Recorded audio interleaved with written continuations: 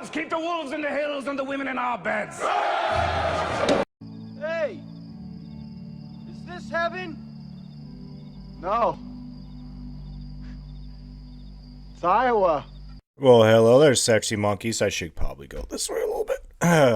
If the Lion King and the Viking TV series met and had a baby, meanwhile, Assassin's Creed Valhalla, the video game, met with Gladiator and they had a baby, and by some miracle, those babies met and fucked, this is what you get, the Northman.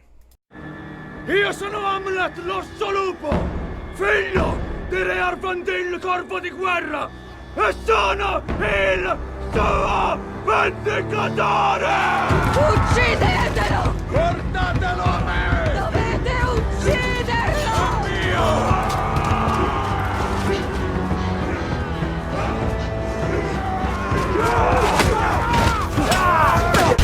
The only regret I have about this movie is I did not have a single beer in me. I was sober.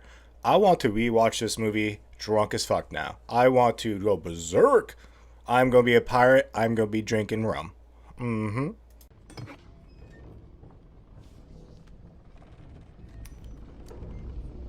Why is the rum always gone? Alright, so The Northman was dope as fuck. I just watched it yesterday. I had some shit to do. That's why I'm a day behind on the review. Yeah, that kind of rhymed. So Robert Eggers, out of the movies The Witch, The Lighthouse, and The Northman is by far the best of the three. And the other two movies were really good also. So that just proved to you this is a great movie. I'm 100% confident this is the best movie so far this year. Without a doubt. I was going to look into the movies that came out last year and compare with that list. I just totally forgot. But I have a strong feeling it might be the best one also. It's a fucking great movie, guys. It hit a home run and is by far, easily, the best Viking movie. The only competition it would have would be the Viking TV series. But it beat that. The character in this movie is Hamlet. And the story is through like a Viking saga, which was written in like the 1200 by Saxo, and that story inspired Shakespeare to write Hamlet. I'm not a Shakespeare expert, but they're saying that this story is loosely was inspiration for Shakespeare to make Hamlet. Some people say Shakespeare never read this. I'm not here to debate that. I'm just saying what I learned from the International Movie Database and doing a little research. The plot of the story is Alexander Skarsgard is like prince, and his father Ethan Hawke is killed. Well, Ethan Hawke's the king, and his mother is Nicole Kidman. She's the queen. Ethan Hawke, as the king, is killed by his brother over, greed because he wants to be a king. That's just how shit goes. So Ethan Hawke gets killed, which makes Alex Skarsgard the king. But the uncle's like, get that little boy, I want his head. And Alex Skarsgard gets away as a little boy, and he leaves the island. And then it's like 14, 15 years later. Well, 914, so it'll be 19 years later. He will seek revenge, just like Gladiator. If you watch Gladiator or The Lion King, the concept of someone becoming king, but they get exiled, and then years later they come back for revenge. There you go. Anya Taylor-Joy. She's beautiful. I absolutely love her. She's in this. She plays a slave, but she's a badass fucking slave. She is someone that you don't fuck around with. Acting-wise, this whole movie, wow, fantastic acting all around through this whole movie. You do, like I say, a lot of those long shots, those continue one shots, you had to have good actors for that. Because if one person fucks up, gotta do it all over again. Great acting.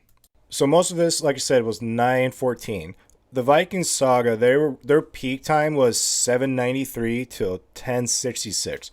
That was what a lot of scholars say that's their peak time. So this was pretty much right in the middle of the Viking peak saga. This movie, literally within the first 10 minutes, pulls you right into the Viking world where you just feel like you're a Viking. You feel like you're there. It's cold, it's dark, it's snowing, it's mud. The mud's either frozen or it's wet. There are horses. Is the set design unbelievable, beautiful. Everything looks authentic, great. The costumes, wow.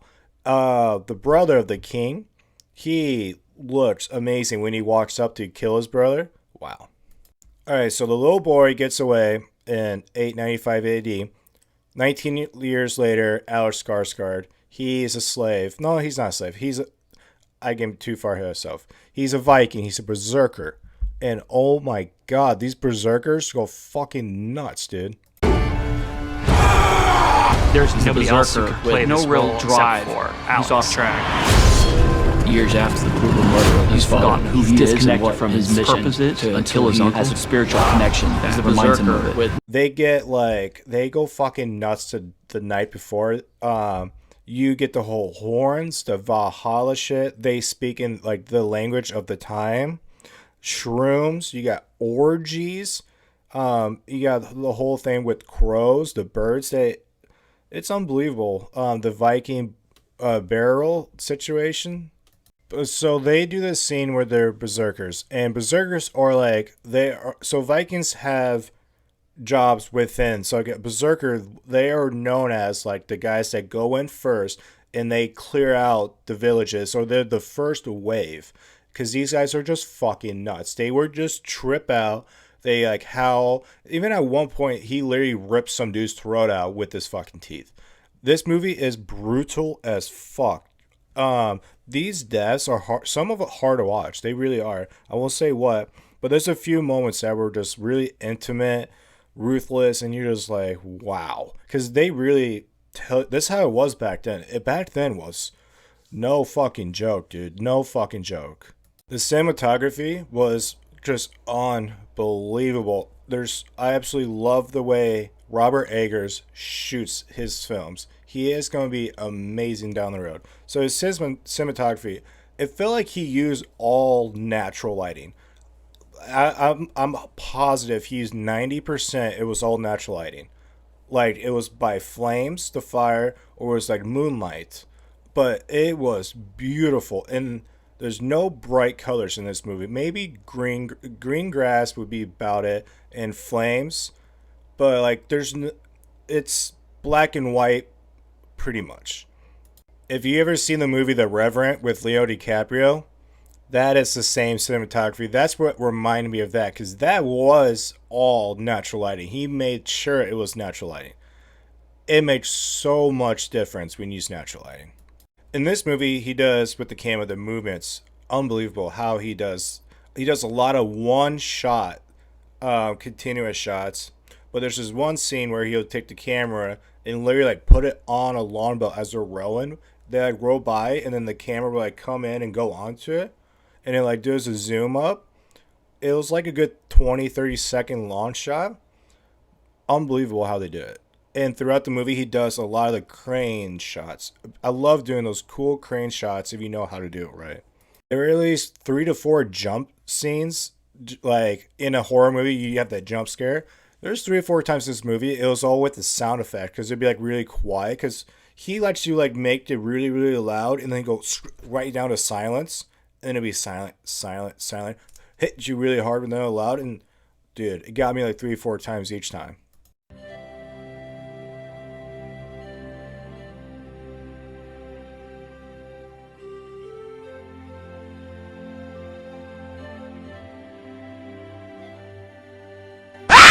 The music and the sound effects in this whole movie, wow. They used authentic music from the time period, like drums.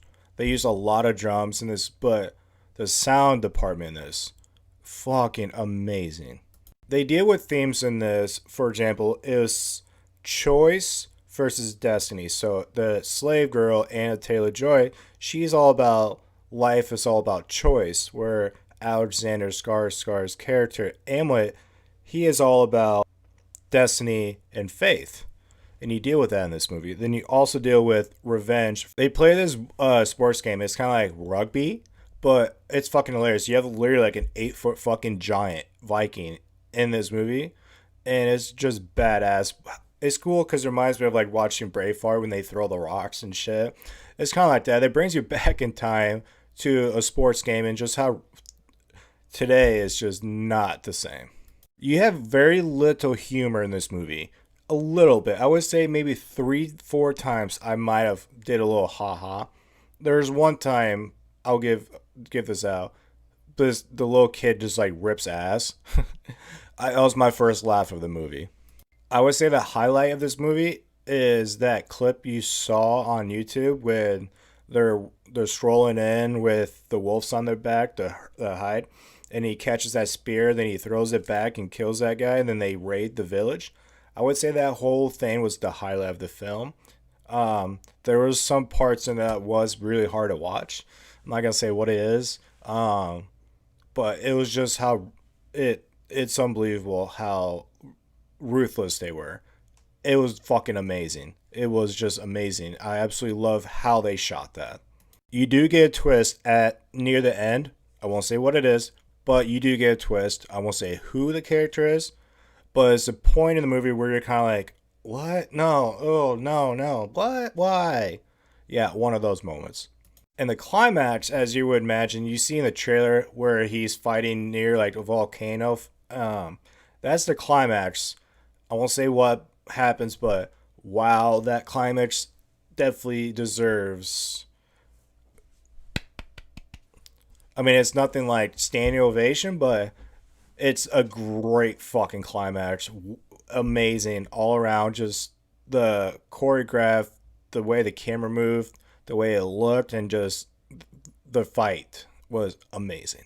I came to the conclusion that Robert Eggers is a visionary genius. He is. He reminds me of a James Gunn. They're tuned to their own different. What am I saying, dude? They beat to their own drums beat. Their own. They do their own thing, and you can just tell by watching a movie. Immediately within like 30 seconds, you can tell this is Robert Eggers. You can tell this is James Gunn. You can just easily tell. For a SkyGeneYouTube score, overall, I give this an 8.5 out of 10. I almost gave it a 9. I almost did. But that was one time in the theater. I need to watch it at least one more time if I'm going to give it a 9 out of 10. I'm going to wait for it to come out on Blu-ray, 4K. I'm going to get that shit. Go through special features, and I'll really dig in. But 8.5 out of 10. If I would say more like an 8.8 out of 10, but I'm sticking with 8.5 for now.